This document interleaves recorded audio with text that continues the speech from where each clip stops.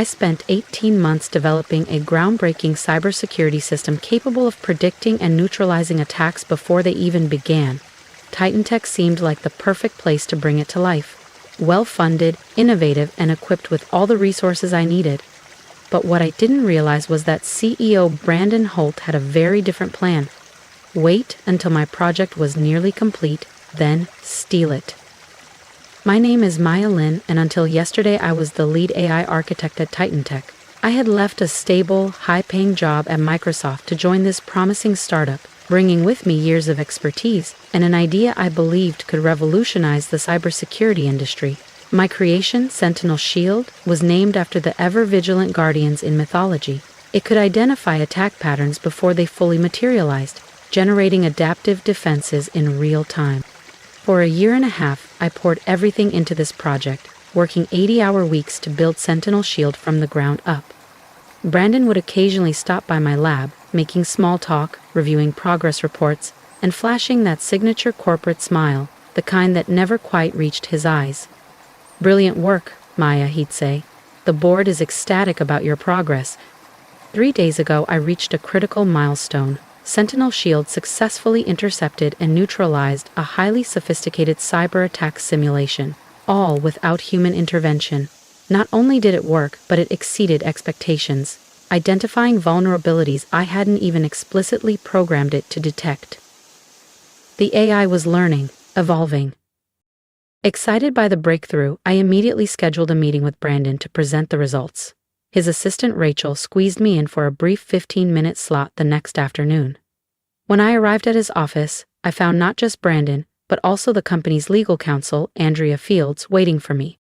"Have a seat, Maya," Brandon gestured to the chair across from him, his expression unreadable. "Andrea's just here as a formality." Something in his tone made my stomach drop. I sat down, gripping my laptop, ready to showcase the demo. "Before we discuss Sentinel Shield," Brandon continued, sliding a document across the table, "we need to address some concerns about your employment agreement." Andrea cleared her throat, her voice devoid of emotion. "Section 14.3 of your contract states that any intellectual property developed using company resources belongs exclusively to TitanTech." I nodded, already anticipating where this was going. "I'm aware of standard IP clauses, but Sentinel Shield was conceptualized long before I joined TitanTech.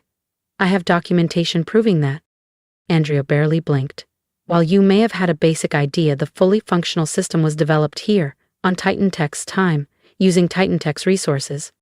Brandon leaned forward, the pretense of friendliness dropping. "Let's be honest, Maya. Sentinel Shield belongs to TitanTech. The board believes your compensation package is more than fair for your contribution." I frowned. "Compensation package?" He gave a thin smile. "Your contract includes a success bonus.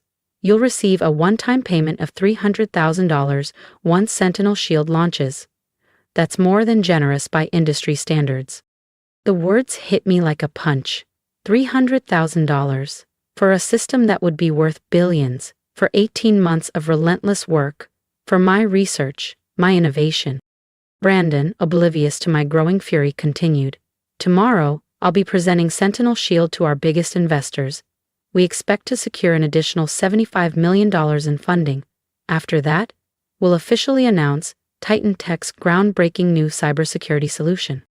I stared at him, my hands tightening into fists. "You're firing me." Andrea sighed. "We're transitioning you out, effective immediately. Of course, with your bonus. Congratulations, Maya." Brandon smirked, a predator who had cornered his prey. "Your employment is officially terminated." But what he didn't realize was that I had anticipated this betrayal. And Sentinel Shield? Let's just say I had coded in a little surprise. The legal team confirmed its Sentinel Shield belonged to TitanTech under my contract. I should have fought back, threatened legal action, caused a scene. But instead a strange calm settled over me. They expected resistance. They were prepared for it. What they didn't know was that I was prepared, too. 6 months ago, I discovered that Brandon had accessed my secure development server after hours. Nothing had been taken, but the intrusion set off an alert I had embedded in the system. From that moment, I began building safeguards. Not just to protect Sentinel Shield from external threats, but from internal ones too. I nodded, keeping my expression neutral, and handed over my laptop. Of course, Mr. Holt, I said smoothly. Good luck with the investor demo tomorrow. Security escorted me back to my office, watching closely as I packed my personal belongings into a cardboard box. I left the building badgeless, carrying that box like every other corporate cast-off. But unlike most, I wasn't leaving empty-handed. I smiled to myself, thinking about the special piece of code I had embedded into the presentation, set to activate exactly 10 minutes into the demo. That night, I didn't panic. I didn't scramble for revenge. Instead, I ordered takeout, watched a few episodes of a mindless sitcom, and waited. At exactly 9:30 p.m., my phone rang. It was Rachel, Brandon's assistant. He wants to see you, she said without preamble. I glanced at the clock. It's almost 10 o'clock. He says it's urgent, she replied. A car is already on its way. 40 minutes later, I was back at TitanTech, escorted into the sleek conference room. Brandon sat alone at the head of the table. His usual polished, confident demeanor was gone. His tie was loosened, his hair a mess, and the veins in his temple were visible from where he had run his hands through his hair repeatedly. Fix it, he snapped the moment the door closed behind me. I took my time settling into a chair, deliberately slow. Fix what exactly? Don't play games, Maya, he seethed. You sabotaged the demo. I arched an eyebrow. How could I? I've been gone for 24 hours. Security watched me clean out my desk. I didn't take any devices. I didn't access any systems. Brandon slammed his hand on the table. The test run crashed the entire system. It started flagging threats that don't exist, generating thousands of false positives. It's completely unusable. I tilted my head. Sounds like a technical issue, I said, feigning innocence. Have you tried turning it off and on again? His face flushed an angry red. This isn't funny. We have 12 major investors coming tomorrow. There's $75 million on the line. Your investors, I corrected. Your system now. Brandon took a deep breath, forcing himself to regain composure. When he spoke again, his voice took on that same smooth, persuasive tone that had convinced so many, including me, to trust him. Look, perhaps we were hasty yesterday, he said. I'm prepared to discuss a more equitable arrangement, co-creator credit, a larger compensation package, maybe even some equity. I leaned back in my chair. What exactly happened during the test run? Brandon hesitated, debating how much to reveal. The system turned on itself. It started identifying TitanTech's own network components as threats. Then it started generating reports, hundreds of them, documenting what it called internal ethical breaches. I couldn't help but smile. Sentinel Shield is designed to identify threats, Brandon. All threats. His expression darkened. What did you do? I didn't sabotage anything, I said simply. Sentinel Shield is working exactly as designed. It's an AI system that learns and adapts to protect networks from malicious activity. During development, I fed it case studies of cyber attacks, including cases where the threat came from inside organizations. Brendan's face drained of color. You taught it to spy on us. I taught it to recognize threats wherever they originate.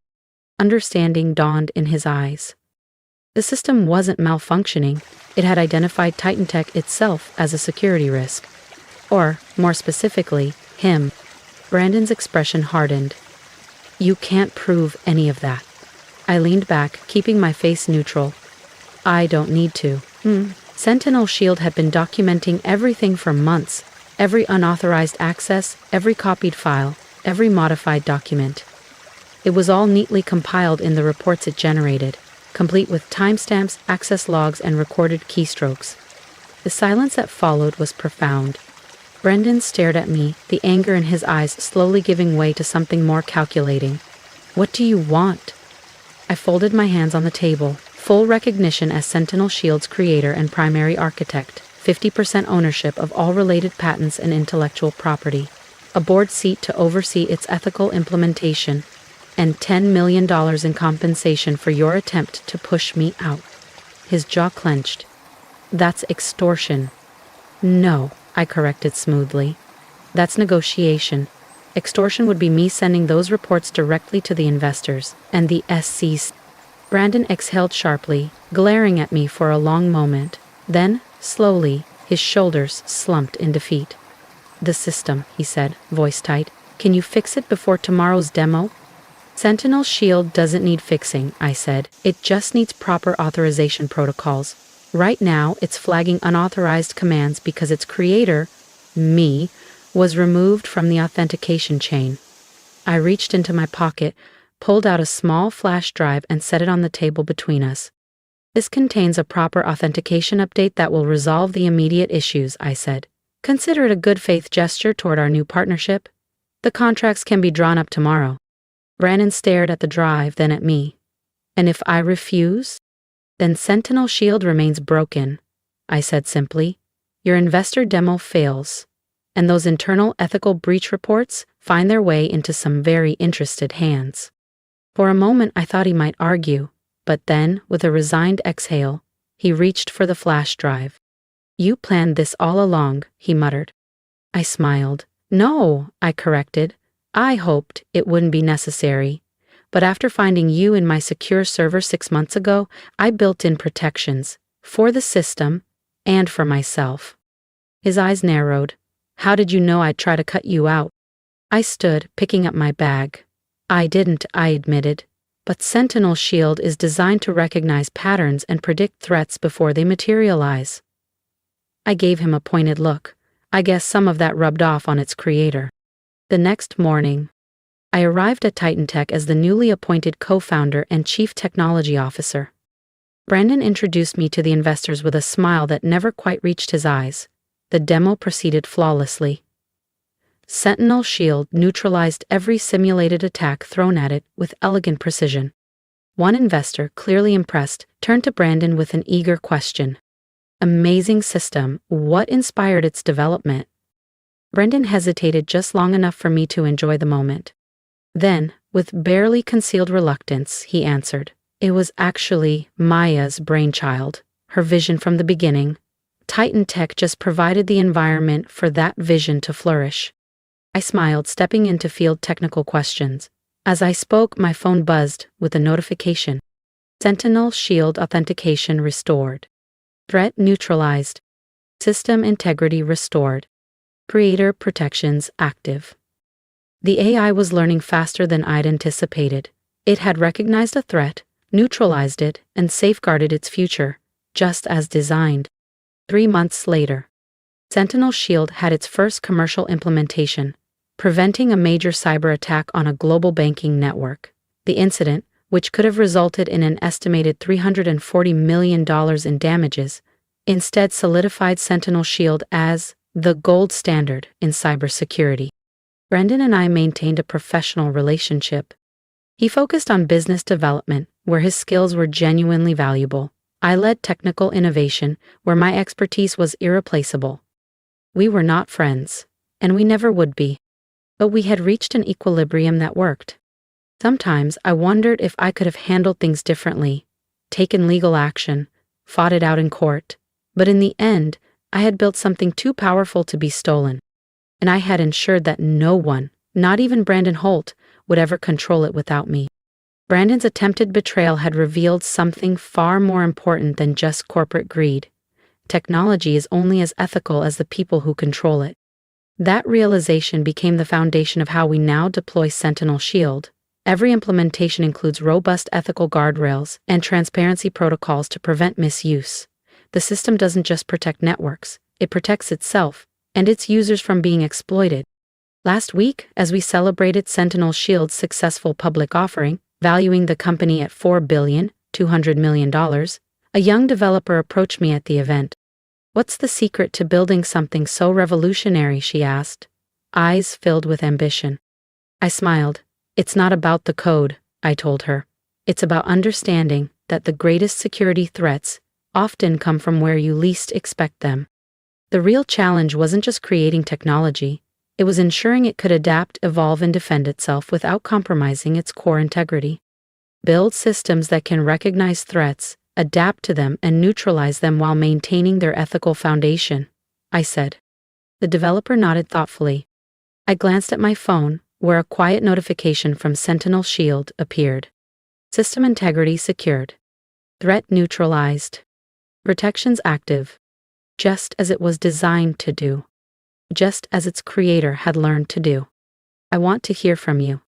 After everything I went through, after being betrayed, underestimated, and nearly erased from my own creation, I came out on the other side stronger, smarter, and in control of my own future. But I didn't do it alone. I had my experience, my instincts, and most importantly, the conviction to stand up for what was mine. So, tell me, what would you have done in my place? Would you have fought back legally, taken the company to court, or walked away and started over? Do you think I made the right call in turning the tables on Brandon and securing my place at TitanTech? Leave a comment. I want to hear your thoughts, your advice, and even your own experiences with workplace betrayals and standing up for yourself. But more than that, I want you to take something valuable from this story. If there's one lesson I've learned, it's this: you have to protect what you build. Whether it's your career, your ideas, or your personal boundaries, you are your own first line of defense. Never assume that others will act in good faith just because you do. Prepare for the worst, but position yourself for the best. Think about your own life. Are there places where you need to set boundaries, demand recognition, or protect your work? Maybe it's in your job, a personal relationship, or even a project you've poured your heart into. Whatever it is, don't let someone else take credit for what you built. So, here's my challenge to you. Stand up for yourself, share your thoughts, leave a comment, and let's start a conversation about protecting what's ours.